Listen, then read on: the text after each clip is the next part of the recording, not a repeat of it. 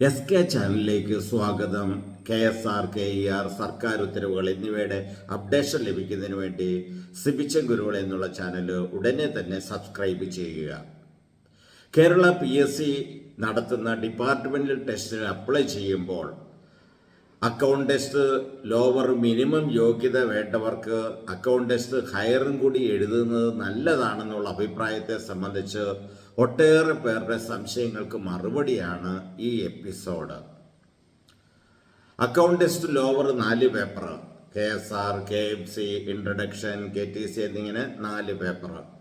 Account test ഹയറും 4 paper, KMC, introduction, KTC, KSR. 4 4 8 paper.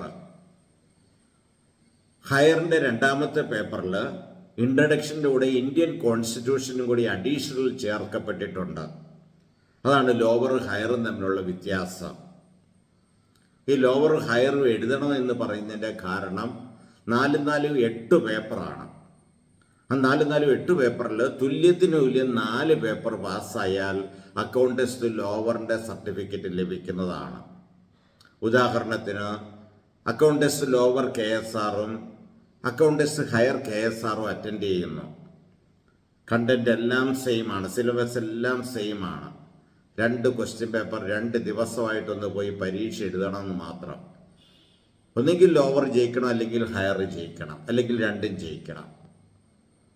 അതോടൊപ്പം തന്നെ KMC lower or higher attend ചെയ്യുന്നു. ഏതെങ്കിലും ഒന്ന് ജയിക്കാൻ സാധിക്കുമെങ്കിൽ അത്. ഇൻട്രഡക്ഷൻ ലോവർ ഹയറും അറ്റൻഡ് ചെയ്യുന്നു, ഏതെങ്കിലും ഒന്ന്. KTC ലോവർ ഹയറും. അങ്ങനെ തുല്യത്തിന് തുല്യം 8 പേപ്പറിൽ 4 പേപ്പർ പാസ്സായാൽ അക്കൗണ്ട് ടെസ്റ്റ് ലോവറിൻ്റെ സർട്ടിഫിക്കറ്റ് കിട്ടും.